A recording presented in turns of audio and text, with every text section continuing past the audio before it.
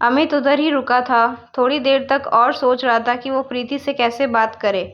यही सोचते सोचते वह घर चला गया। उसे प्रीति की बहुत याद आ रही थी।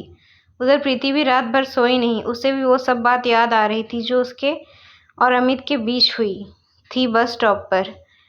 आज पहली बार दोनों ने एक दूसरे से बात किया था। अगले दिन फिर दोनों स्कूल में मिले। दोनों खुश थे एक दूसरे को फिर से देखकर। कुछ दिनों तक ऐसा ही चलता रहा। वो दोनों बस स्टॉप पर थोड़ी देर के लिए मिलते और फिर अपने अपने घर चले जाते। एक दिन अमित ने सोचा बस हो गया और मैं ऐसे नहीं रह सकता, मैं प्रीति को अपने दिल की बात कह दूंगा। फिर क्या, अगले दिन बस स्टॉप पर प्रीति से मिलने गया तो बहुत ही हिम्मत जुटाकर गया था।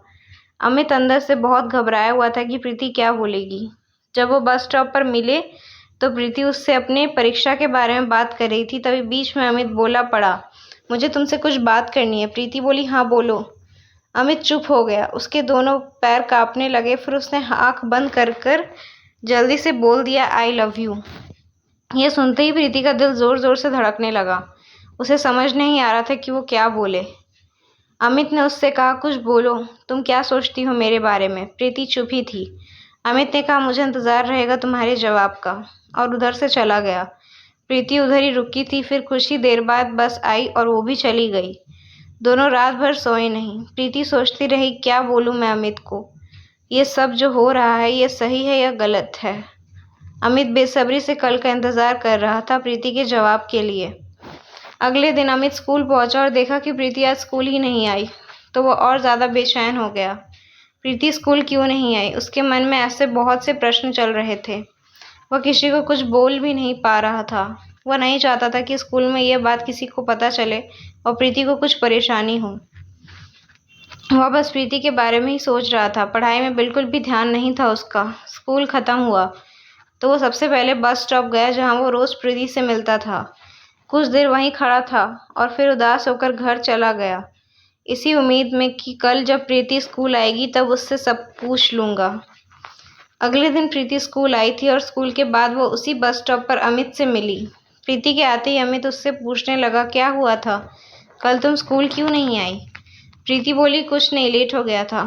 अमित ने बोला, तो क्या हुआ, लेट ही हो जाता तो उससे पहले आई थी देर से। प्रीति बोली, नहीं, ज़्यादा लेट हो गया था क्योंकि मैं लेट सोकर उठी थी। अमित मुस्कुराने लगा और फिर पूछा कि क्या सोचा, मैंने तुमसे कुछ कहा था कल। प्रीति चुप ही थी। फिर बोली, क्या बोलूं, मुझे कुछ समझ नहीं आ रहा है। अमित बोला, उसमें इतना क्या सोचना, मुझे पता है तुम भी मुझसे प्यार करती हो, मैंने देखा है तुम्हारी आंखों में। प्रीति मुस्कुराने लगी। फिर अमित प्रीति का जवाब समझ गया और बोला, मैं समझ गया तुम्हारा जवाब, लेकिन सुनो, मुझे तुमसे बात करना रहता है। कैसे करूं, तुम्हारे पास तो फ़ोन भी नहीं है। प्रीति बोली, तुम मुझे अपना नंबर दे दो, मैं तुम्हें फ़ोन कर दूंगी जब पापा का फ़ोन मेरे पास होगा तो, लेकिन तुम दोबारा उस नंबर पर फ़ोन मत करना। अमित बोला, ठीक है, और उसे अपना नंबर दे दिया और दोनों अपने घर चले गए। शाम को अमित इंतज़ार कर रहा था कि शायद प्रीति फ़ोन करे। वो अपने फ़ोन के तरफ ही बार बार देखे जा रहा था। शाम से रात हो गई, प्रीति का फ़ोन नहीं आया। अगले दिन स्कूल के बाद अमित ने प्रीति से पूछा, तुमने फ़ोन क्यों नहीं किया? वो बोली, पापा का फ़ोन नहीं था मेरे पास और मुझे समझ भी नहीं आ रहा था कि फ़ोन पर मैं क्या बात करूँगी। अमित बोला, इसमें क्या फ़ोन करती तो बात अपने आप ही हो जाती कुछ।